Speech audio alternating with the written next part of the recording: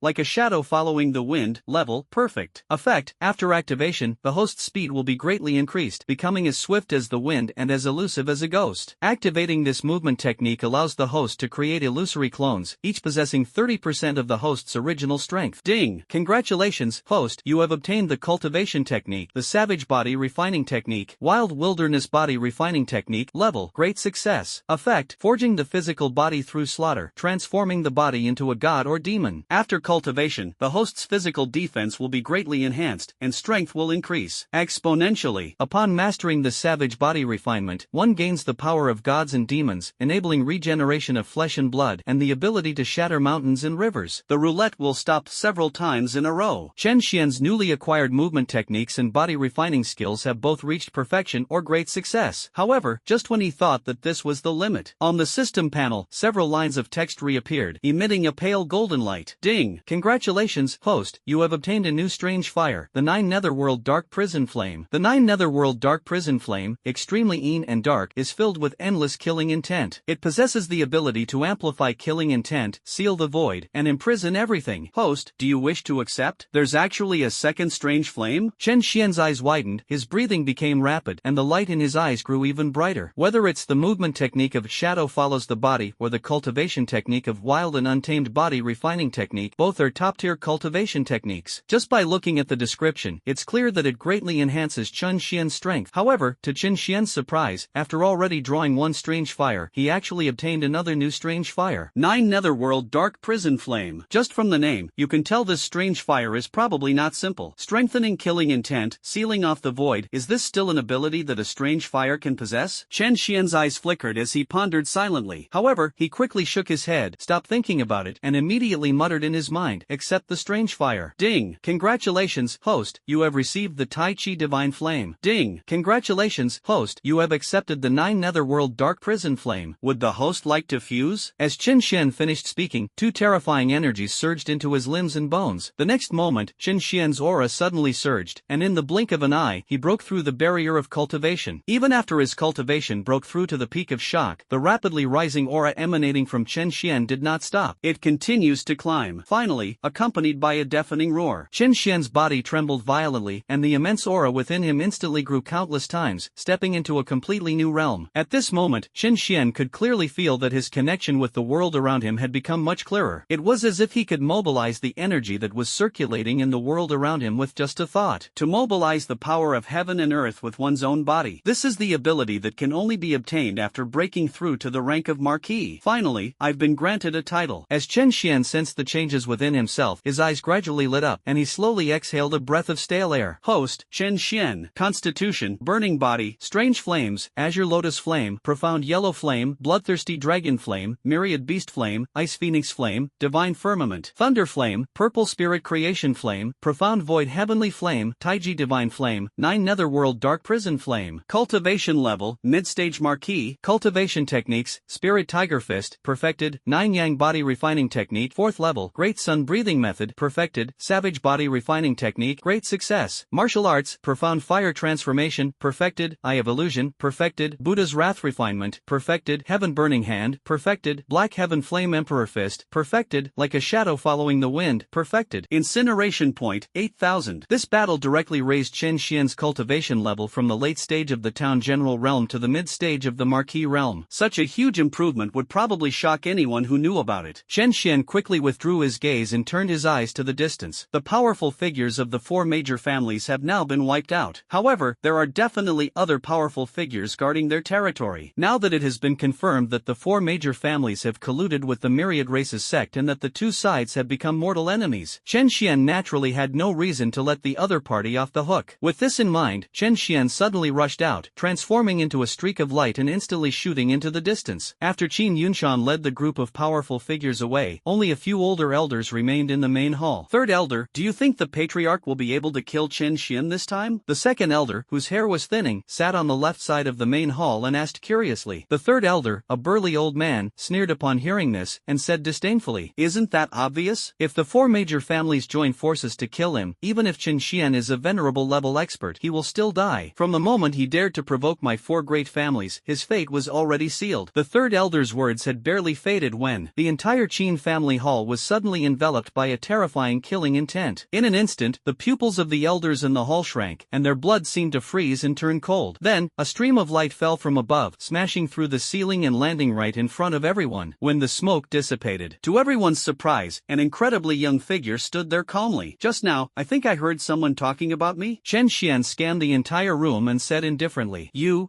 are Qin Xian?" When Qin Xian smashed through the ceiling and appeared, the elders were all furious and were about to reprimand him. However, when they saw the person's face clearly, they were instantly stunned, their pupils contracting sharply. "Why is Qin Xian here? What about the patriarch and the other powerful figures? Weren't they supposed to be surrounding and killing Qin Xian? What exactly is going on here?" In an instant, everyone felt a sense of foreboding. "Qin Xian, where is my Qin family patriarch? What have you done to him?" The second elder frowned slightly and asked in a somewhat panicked manner, "Your patriarch? Of course, I killed him." Qin Xian shrugged, as if he were talking about something completely ordinary. However, upon hearing this answer, the Qin family members all gasped in shock, their faces turning pale. "Impossible. The patriarch is a venerable, and he was just about to break through to the mid-stage of venerable. How could he possibly die at your hands?" After a brief moment of surprise, the third elder stared wide-eyed and said in an icy tone, "Qin Yunshan died at Qin Xian's hands?" This news was truly unexpected. No one could believe it. "Whether it's possible or not, you'll find out soon enough." Qin Xian had no intention of wasting words with them, and waved his hand as he spoke. In an instant, a ball of pitch-black flame suddenly appeared in the void, instantly engulfing the entire area. The 9 netherworld dark prison flames suddenly swept out. The entire Qin family compound, and the surrounding area within several miles, all of space, seemed to freeze in that instant. Moreover, the air was thick with an intensely chilling killing intent. At this moment, everyone in the Qin family seemed to have fallen into a deep, dark abyss. Endless killing intent permeated all directions. The second and third elders of the Qin family were completely panicked at this moment, and their eyes were filled with fear as they looked at Qin Xian. Such ability is something even a patriarch at the venerable level could not achieve, right? Qin Xian looked at the crowd in front of him and, without the slightest hesitation, clenched his fist in the air. All the terrifying energies that were wandering in the void suddenly exploded from all directions. Inside the main hall, everyone in the Qin family was swept away by this terrifying energy and exploded on the spot, turning into a sky full of blood mist. Even the elders who had reached the king level were no exception. Chen Xian easily annihilated the remaining experts of the Qin family, his eyes showing neither joy nor sorrow, revealing no emotion whatsoever. A ball of flame floated from his hand and fell into the hall. Soon, the entire Qin family villa was engulfed in flames. Chen Xian's figure soared into the sky. Soon, he arrived at the Qian family, the Zhou family, and the Wang family. After several consecutive attacks, none of the remaining experts from the three major families were spared and all died at Chen Xian's hands. At this moment, Chen Xian truly unleashed his killing spree. The four major families colluded with the Myriad race's sect, so Chen Xian naturally wouldn't hold back against them. During this process, his incineration point also increased rapidly. Over the years, the four prominent families that had risen to prominence in the capital were thus directly wiped out by Chen Xian. All the strongmen were wiped out. The territories of the four major families were also engulfed by the terrifying flames. Throughout Kyoto, anyone who looked up could clearly see the towering flames spreading in all four directions. What's with those four huge fires? They seem to be heading in the direction of the four major families? Holy crap, it really is. The territories of the four great families were all swallowed up by the fire? Who has such power? The four great families all have venerable ones in charge, who can possibly destroy them. The entire city of Kyoto erupted in excitement at that moment, as news of the destruction of the four major families spread. Soon, another piece of news also spread like wildfire throughout Kyoto. Chen Xian, the genius from Jinling, has already arrived in Kyoto. Moreover, as soon as they arrived, they caused a great disturbance in the 6 doors, killing many powerful figures. Then, he went even further and attacked the Xianyuan family, destroying them. Then, they attacked the four major families and annihilated them? As all sorts of news spread throughout the city, everyone in Kyoto was in an uproar. Holy crap! The one who wreaked havoc at the 6 doors, destroyed the Xianyuan family, and wiped out the four great families, all of these things were done by the same person? A young man from Jinling City? This is terrifying. When did such a terrifying prodigy appear in Jinling City? It seems that the whole of Kyoto is about to change. The Xianyuan family has far-reaching influence. I've heard that the main branch of the Xianyuan family has already established a presence in the human realm and is heading to the battlefield of the heavens. What's happening here will surely reach the main branch of the government. This time, something big is probably about to happen in Kyoto. Chen Xian. No matter what, after this, I'm afraid everyone in the world will remember this name. I heard that this Chen Xian is only 18 years old this year. To be able to accomplish such a series of great things, Chen Xian's strength must be at least that of a venerable. An 18-year-old venerable? How terrifying is that? If Chen Xian doesn't die, our great Xiao will likely give birth to an unparalleled expert. On this day, Chen Xian's name truly resounded throughout the entire capital. The world was shaken. At this moment, Chen Xian, the culprit who triggered the storm in Kyoto, was sitting cross-legged above the ancestral land of the Xianyuan family. He is adapting to his current strength and consolidating his cultivation. At the same time, they were naturally waiting for the arrival of the powerful members of the Xianyuan family. Some time has passed since he destroyed the ancestral land of the Xianyuan family. The main branch of the Xianyuan family should be arriving by now, judging by the time. Chen Xian closed his eyes and sat cross-legged, flames constantly leaping around him, emitting sizzling heat waves. Above Chen Xian's head, an enormous crack suddenly appeared. The entire world seemed to have been torn apart by this crack, splitting it in two. Immediately, an incomparably majestic figure emerged from the other side of the rift, traversing heaven and earth. This is a man. The man had a full head of silver hair, an arrogant expression, and a cold indifference between his brows. He stood with his hands behind his back in midair, his eyes blazing as he stared directly at Chen Xian, his tone authoritative. Boy, is it you who destroyed the ancestral land of my Xianyuan family? You have quite the audacity. Now, are you prepared to die? The moment the silver-haired man's voice fell, an extremely terrifying aura suddenly transformed into immense pressure, sweeping towards Chen Xian. Chen Xian suddenly opened his eyes, 2 balls of flame shooting out from them to meet the overwhelming momentum of the opponent. An invisible wave of energy exploded in the void. Chen Xian instantly stood up and retreated over 1,000 meters before finally stopping. Ha! You actually managed to withstand my aura? The silver-haired man paused, looking at Chen Xian with some surprise, seemingly intrigued. A mere title of nobility, yet it can withstand my imposing aura? Interesting. The silver-haired man's eyes flashed, and his voice, like a thunderclap, exploded in the void, shaking heaven and earth. He is a genuine supreme powerhouse, an existence with 1 foot in immortality. Even within the entire city of Kyoto, he could be considered a true powerhouse. Unexpectedly, this incredibly young man was able to remain unharmed despite his imposing aura. This is somewhat unusual. Chen Xian was sent flying thousands of meters before finally stopping. He frowned and stared at the silver-haired man in front of him without saying a word. He could sense a terrifying, earth-shaking aura emanating from the other party. The person in front of me is very strong. Even though Chen Xian's strength has improved by leaps and bounds, he might still be no match for the person in front of him when he unleashes his full power. After all, the difference between a venerable and a supreme is actually enormous. Boy, tell me the truth. Who sent you to deal with the Xianyuan family? Reveal who's behind you. The silver-haired man spoke arrogantly, looking down at the man. He realized that Chen Xian might be extraordinary. At such a young age, he possesses strength comparable to a venerable one. Such a person cannot possibly be without a powerful background. The silver-haired man didn't believe for a second that Chen Xian dared to blatantly destroy the ancestral land of the Xianyuan family without someone behind it. If your Xianyuan family wants to cause me trouble, then I will naturally destroy the Xianyuan family. What's wrong with that? As for whether I have someone backing me, you are not qualified to know. Chen Xian sneered, still showing no fear whatsoever. Although his current strength is somewhat inferior to that of the silver-haired man, it is unlikely that the latter would be able to kill him. Chen Xian had enough confidence in his abilities. The silver-haired man was so angered by Chen Xian's arrogance that he laughed. A cold glint flashed in his eyes, and he threw a punch. The void trembled, and heaven and earth collapsed. Within Chen Xian's field of vision, the entire world seemed to have suddenly turned upside down, and everything became distorted. Only one fist was growing rapidly, pressing down on Chen Xian. Chen Xian's eyes turned cold. He neither dodged nor avoided the attack, and instantly unleashed the profound fire transformation, causing his internal power to suddenly increase countless times. Immediately, he threw a punch in return. The Black Heaven Flame Emperor Fist was suddenly unleashed. In an instant, the void shattered, and the world lost its color. Their fists suddenly collided. A tremendous roar suddenly echoed across the entire city of Kyoto, causing the void to tremble and ripple. Anyone who looks up can clearly see the ever-changing sky in the distance. They all stared wide-eyed, their expressions filled with horror. What has happened again at the ancestral land of the Xianyuan family? Such a terrifying tremor. Is this ever going to end? Could it be that a powerful member of the Xianyuan family has returned? This time, Chen Xian definitely won't have a chance. What a pity. It's rare for the great Xia to produce such a prodigy. A massive energy surge swept across the heavens and earth. Chen Xian was sent flying backward again, blood seeping from the flesh of his arm, but it quickly recovered as it was nourished by the purple spirit creation flame. Despite suffering repeated setbacks, Chen Xian showed no fear in his eyes. Instead, there was a strong fighting spirit. Are supreme powerhouses really that amazing? Even if he were to fight the opponent today, what difference would it make? With these thoughts in mind, Chen Xian decided to push his savage battle body to its limit, and various strange flames drifted out, enveloping his surroundings. Chen Xian seemed to have transformed into a fiery war god, dominating heaven and earth. Azure Lotus Flame, Xianuang Flame, Divine Firmament Thunder Flame, and various other powerful strange flames leaped and scorched, seemingly capable of burning the heavens and earth. The silver-haired man watched all this, his eyes flashing with greed, anger, and also with a chilling killing intent. Chen Xian actually blocked his fist again? The first time, it was because he didn't take Chen Xian seriously and was careless, which allowed the other party to withstand his power. But this time, Chen Xian truly withstood the attack from this supreme expert, especially when he saw the intense fighting spirit in Chen Xian's eyes. The silver-haired man felt that he was being provoked. Being challenged by someone of a higher level is an immense humiliation for any strong person. The silver-haired man snorted coldly, the killing intent in his eyes finally reaching its peak, and the terrifying aura of a supreme expert suddenly erupted from his entire body. He slowly raised his hand and then suddenly pressed it down on Chen Xian. At this moment, it seemed as if the heavens and earth were imprisoned by a terrifying energy. An overwhelming and powerful aura pressed down on Chen Xian, carrying a terrifying power capable of destroying everything. In an instant, alarm bells rang in Chen Xian's mind, and he suddenly felt a strong sense of crisis. He let out a sharp shout, about to unleash his full power and clash with the silver-haired man. An even more powerful aura suddenly descended from the sky. A figure in white appeared and shattered the silver-haired man's attack with a single palm strike. This sudden turn of events caused the silver-haired man's expression to change slightly, and he subconsciously took a few steps back. Zhou Wanshan, is that you? Upon seeing who it was, the silver-haired man's eyes suddenly darkened, and a bad premonition arose in his heart. Xianyuan Wu? I didn't expect you, old man, to jump out first. Zhou Wanshan dusted himself off and spoke in a calm tone. You're going to protect this kid? Xianyuan Wu's face was cold, and his expression was extremely gloomy. Zhou Wanshan nodded, then unleashed a powerful aura and coldly snorted, Xianyuan Wu, get back here. As soon as he uttered those words, the powerful aura of an immortal expert suddenly emanated and pressed down on Xianyuan Wu. Xianyuan Wu felt a chill run down his spine, and his face turned ashen. Judging from this, Zhou Wanshan is determined to stand up for Chen Xian? Zhou Wanshan, are you serious? This brat destroyed my Xianyuan family's ancestral land. What's wrong with me killing him? Xianyuan Wu felt somewhat aggrieved and gritted his teeth. Zhou Wanshan sneered and said disdainfully, you old codger, how dare you bully a junior? Xian Yuanwu, I think you have no shame at all. Today I'm going to protect this kid. If you dare touch him, I'll kill you. Shen Yuanwu sensed the chilling killing intent in the other party's words, and felt a slight chill in his heart, but he still said with a gloomy face, Zhou Wanshan, although you are a counselor elder, don't forget that our Xian Yuan family also has members who have become counselors of the Great Xia dynasty. Are you sure you want to do this? Upon hearing this, Zhou Wanshan's expression remained unchanged, filled with disdain, and he sneered. So what? I think your Xian Yuan family has wasted your lives all these years. Do I have to tell you how many stupid things you've done behind my back? Get out of here. If you dare utter another word, I'll kill you. Upon hearing this, Xian Yuanwu's fear reached its peak, his heart trembled, and he finally dared not speak. Even if he was resentful, he really didn't dare to do anything in front of Zhou Wanshan. In the end, Xian Yuanwu could only glare coldly at Chen Xian, turn around, and slowly dissipate. The supreme expert of the Xian Yuan family made a powerful appearance, intending to kill Chen Xian, but in the end, he left in a sorry state. This scene took place above the ancestral land of the Xian Yuan family and ended quickly. Therefore, it did not become widely known like the previous battles. Once Xian Yuanwu has completely left, soon, figures dressed in black appeared around Zhou Wanshan. They wore masks and had a cold and austere demeanor. These men were Zhou Wanshan's personal guards, and they were very powerful. The Qin, Zhou, Wang, and Xian families are suspected of colluding with the Myriad race's sect, and the evidence is conclusive. Issue an order to thoroughly investigate and kill everyone associated with the four major families. Leave no one alive among the remaining members of the four major families who have fled abroad. Zhou Wanshan surveyed the entire room, his tone cold and authoritative. The guards nodded respectfully and responded, their bodies radiating a cold and stern killing intent. The killing intent soared to the heavens. Also, pass down the order to block the news. Nothing that happened here today should be spread. Those who disobey orders will be killed without mercy. Zhou Wanshan thought for a moment, then quickly added another sentence. Soon, they all disappeared. Only then were Zhou Wanshan and Chen Xian left in the room. Zhou Wanshan turned around, looked at Chen Xian who had already recovered from his injuries, and couldn't help but grin, saying with a somewhat strange expression, Brother Chen, how did your strength improve so quickly? This is simply too monstrous. Are you trying to kill us all? If Zhou Wanshan remembered correctly, when the two met not long ago, Chen Xian's strength was only comparable to the peak of a town general. But now, is this the power of a venerable one? Thinking of this, even someone as calm and collected as Zhou Wanshan couldn't help but gasp in astonishment, his heart filled with immense shock. After a long period of shock, he quickly recovered, his expression soon revealing emotion, and he said excitedly, But that's good. The more extraordinary you are, the more it proves that this old man has a good eye. I knew I hadn't misjudged you. As he spoke, Zhou Wanshan laughed heartily, feeling quite triumphant. In fact, when he first proposed that Chen Xian become the holy son of Great Xia, the other counselors and elders had strong objections. In the end, it was Zhou Wanshan's insistence that the matter was finally settled, albeit reluctantly. Even so, this matter still drew considerable criticism among the counselors of Xia. They all felt that Chen Xian came from a humble background and had no connections, making it difficult for him to rise to the level of the Great Xia king. But how old is Chen Xian now? He's only 18 years old, but his strength is already comparable to most venerables, and even stronger. With such a prodigy, who would dare say he is not worthy of being the holy son of Great Xia? The more Zhou Wanshan thought about these things, the more hearty his laughter became. Chen Xian smiled slightly upon seeing this, showing no pride or arrogance. As his strength continued to grow, his state of mind had become much more peaceful, and he was no longer as impetuous as he was at the beginning. Besides, Chen Xian had just witnessed the power of a supreme expert. He knew all too well that he was still a long way from being truly invincible. Zhou Wanshan laughed for a while, and seeing that Chen Xian's expression was calm and without the slightest hint of smugness, he became even more satisfied. Not arrogant or impatient. Very good. I believe that it won't be long before Brother Chen will be able to take over the position of King of Great Xia and lead Great Xia back to its peak. Zhou Wanshan looked pleased and patted Chen Xian on the shoulder, smiling as he said, Brother Chen, you absolutely must bring me back first place in the entrance exam for the new semester at the Kyoto Academy. If you get first place, you'll have the chance to enter the forbidden area and obtain that item left behind by the Great Xia King. Otherwise, the Xian Yuan family will definitely attack you, and so will all the other races. I can't keep this a secret for long. Once you get that item, we'll have the confidence to confront them head-on. At the beginning, Zhou Wanshan was only 70% confident that Chen Xian would get first place in the entrance examination of Kyoto Academy. Now, he was absolutely certain. After all, the Great Xia dynasty is home to countless powerful families and a plethora of brilliant and talented individuals. There's no guarantee that some hidden genius might suddenly appear at the entrance exam of Kyoto Academy and become an obstacle in Chen Xian's path. Now that Zhou Wanshan has witnessed Chen Xian's terrifying strength, it would be a miracle if he still had any worries. Instead of worrying about Chen Xian, we should worry about the prodigies of other prominent families. voice. Who can contend with an 18-year-old venerable one? I'm afraid all the geniuses combined couldn't compare to a single finger of Chen Xian's. Sensing the ease in Zhou Wanshan's voice, Chen Xian smiled faintly and said, "Don't worry, Elder Zhou. It's just a small matter. Haha, okay." Zhou Wanshan laughed heartily again, but quickly seemed to remember something. His smile faded, and he gave a word of advice. "By the way, Brother Chen, you've really offended the Xianyuan family this time. They definitely won't let it go, so you should be prepared. However, rest assured, no matter what, I will always stand by your side. If the Xianyuan family dares to make any big moves, I will be the first to not let them off the hook." Chen Xian nodded. "I understand. Thank you for reminding me, Elder Zhou." Zhou Wanshan then left. Chen Xian transformed into a streak of light and vanished instantly from the ancestral land of the Xianyuan family, leaving behind a scene of devastation. A streak of light suddenly descended, and Chen Xian's figure appeared before everyone. Hui Yunfeng and Morong Changtian breathed a sigh of relief upon seeing this and quickly gathered around. "Mr. Chen, Brother Chen, it's so good that you're all right." Hearing the enormous noises coming from afar, they were all a little worried for Chen Xian. What level of combat could produce such a commotion? Everyone was initially worried about Chen Xian. Seeing him come back now, I can finally relax. Thank you all for your hard work. Chen Xian glanced around and clearly saw that all the powerful figures from the 6 doors had been brought under control. As for those who resisted, they were all killed. As he spoke, Chen Xian quickly looked into the depths of the prison. There, Zhao Lingwei had been taken off the interrogation chair and was currently being treated for her injuries by a powerful healer. But Zhao Lingwei's injuries were far too severe. Even with the healing expert constantly unleashing his powers, the speed at which his injuries healed was still too slow. Chen Xian walked over and looked at the unconscious Zhao Lingwei, a look of pity flashing in his eyes. He slowly raised his hand, and a wisp of purple spirit creation flame immediately drifted out and landed on Zhao Lingwei. Immediately, a shocking scene unfolded. Zhao Lingwei, who was originally covered in wounds, was seeing her wounds healing at a speed visible to the naked eye.